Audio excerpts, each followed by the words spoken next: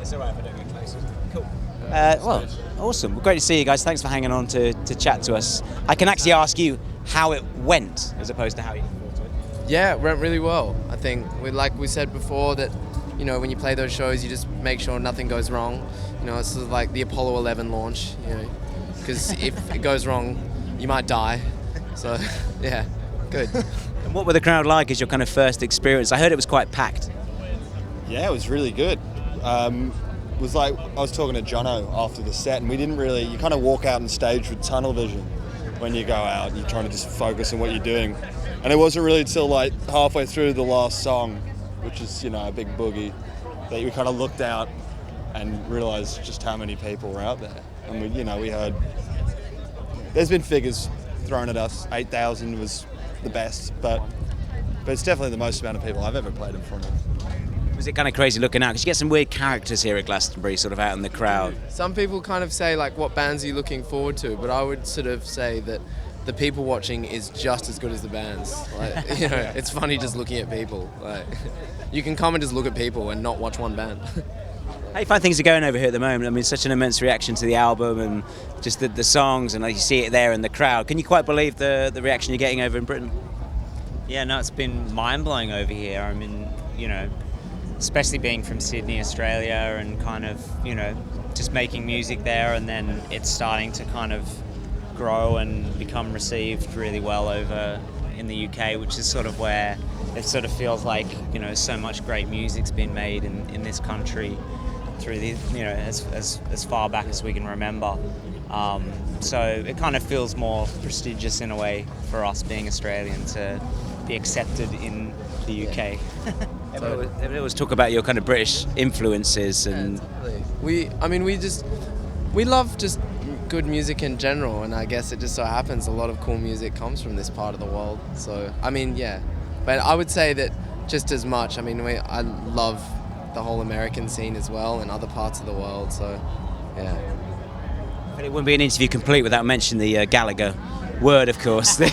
So I'm sorry to bring it up again, but of course Liam was here this weekend actually, but both Noah and Liam apparently bonding over your music. Talk us through what that's all about. Well, I did an interview with the NME, and they said, so how do you feel about Noel liking your music? And I said, well, I didn't know. And I said I'd heard rumours, and then, we heard some more rumours, and that's amazing. They're definitely sort of childhood heroes of ours, so very humbling. Have you kind of hooked up with them yet at all? No, we haven't. We haven't seen them yet, but we'd love them to come and say hi to us, because I don't think we can go and say hi to them. Well, you can now. Now you've sold out the John Peel stuff. Yeah. No, maybe. We'll just like tap on them and just go, I love you. Do you kind of see yourselves, as someone put it, as maybe you're bridging that gap between Liam and Noel in terms of Oasis getting back together? No. We like, in the Bob Marley documentary where he gets the two like parties together and like puts them together like that? If we could I was just saying, like, imagine if Liam and Noel both came to our show and we like get them on stage and like unite them, and then just start playing Simmer Down. It's that would be cool. It'd be like a light coming from their hands. Beautiful music coming out. Everyone would be really happy. Quickly, what next for you guys? I guess it's sort of a lot of touring really at the moment. Yeah, just loads more festivals over here in Europe, UK, Festival, Reading, Calvi on the Rocks, Ibiza Rocks, Latitude, I don't know. And then we're ducking back to Australia briefly to do Splendour in the Grass festival there. Then we're coming back and doing another tour through the UK in October. That's as far ahead as I can project. Does anything turn to the next sort of batch of music that you're creating at all?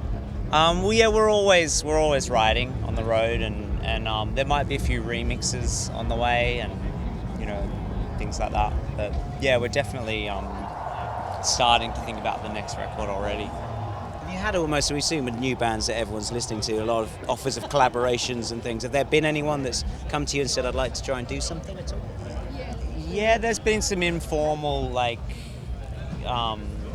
offers for collaborations, but we just don't have time at the moment, with all the sort of, the focus at the moment is to get the live show really solid, because we spent so long in the studio working on the record, so now it's sort of live, you know. It's kind of that Push- thing with collabs as well, when you're kind of, you're late at night, and when we played last night at the Stonebridge show, we had like the Foals guys came to watch us, and Tame Impala did, and I think the Horrors were there as well. And we're backstage, and you're sort of talking with Foals, and we're like, yeah, we should do some stuff. Like, yeah, we should do this. 2 o'clock in the morning, like, it's not gonna, So yeah, we are doing some collabs. Yeah. Is there an Australian scene? You mentioned Tame Impala. I caught their set yesterday. They're pretty good. Is there a sort of something happening in Australia? They're from the other side of Australia, so they are like the geographical equivalent of Moscow. Do you know what I mean? Because Australia's massive. They're from Perth, we're from Sydney, and yes, they are amazing and all that sort of thing. But there is a big desert between us. We met them for the first time last night, like, so what? It's not like we're coming from the same sort of scene. I mean, but Jack has a theory about the Australian sort of music movement at the moment, and he believes that it's actually because of a decline in sport. Is that right? Interest in sport and participation. Do you want to expand on that a little? Well, I mean, I don't know which. You're saying it as if it's like people have lost interest because. Well, I don't know. I don't know. I feel like this generation are not participating in sports like old We're not ones. winning the Ashes We're not anymore. winning. We're not doing anything. And We suck at football. yeah, we suck at football, rugby, whatever. Who If we're not cares? winning it, who cares? And there seems to be a lot of So the really kids are great turning bands. to guitars. I reckon. And computers. We're so Cricket new bats, though. We're only picking up 100 the years old. Nice. Yeah. Slogan already. It's Yeah. working out for you. And finally, the strangest thing you've seen so far at Glastonbury. If it was the strangest thing. What was the strangest thing we saw? I saw some stuff. I don't know whether it was actually there or not, so no, I don't know. How big was it? The whole thing is just overwhelming, to be perfectly honest. Like, Our press agent Angus in a K-hole was pretty strange. That's why this interview was rescheduled. I'm really sorry. like about 8 times. We went to like He 4 ran up different the mountain. stages. We weren't sure where to do it because our press agent was in Wonderland with Alice and the caterpillar.